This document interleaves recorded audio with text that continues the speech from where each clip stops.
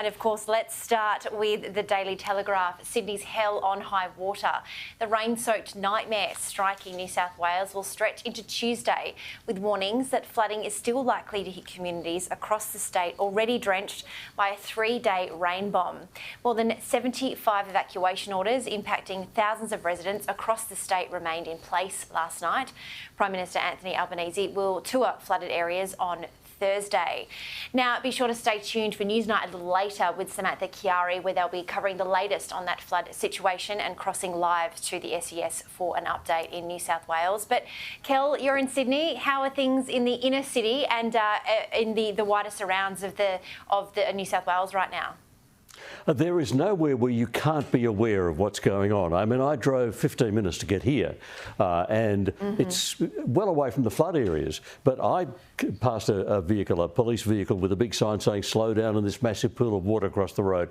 When this much rain falls this quickly, everyone everywhere notices it, so it can't be avoided. I mean, the thing that I'm asking, and lots of Sydney-siders are asking, is why weren't the spill gates at Warragamba Dam opened 5 days ago when we knew this rain event was coming? Because now suddenly the floodgates are open and the water pouring out of Warragamba is adding to the suffering of these poor people in Richmond and Windsor and all the other places in the Hawkesbury Nepean area, which copped it only months ago, and they're copping it again. Now, maybe I don't understand the water dynamics of this, but why didn't they open that 5 days ago so these people didn't have to all cop the water in a rush? Whatever's happening, it's a mess for them and they are suffering. Absolutely, and I feel that we were having this exact same conversation just in March earlier this year and then earlier in the year again as well. But Erin, I wanted to draw your attention to the fact that Prime Minister Anthony Albanese will tour the region on Thursday. Is that too little too late? Because could you imagine if Scott Morrison was overseas for this extended amount of time and took his sweet time getting to tour the flood-ravaged areas once again?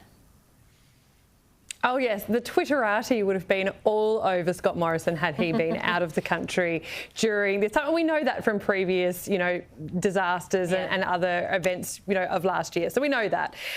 But Albanese also has been performing very well on the international stage this week. And I think that, even though there is some criticism here around him not being available sooner, he is doing some very, very important work and mending some important relationships. So on one hand, I totally take the point, but this is, it is good that he'll be back by Saturday, because I worry a lot that we're starting to habituate to this kind of news. So you switch on the telly and you see that, there's more floods in New South Wales and you're like, oh, is that the same flood as last week or is that a different one?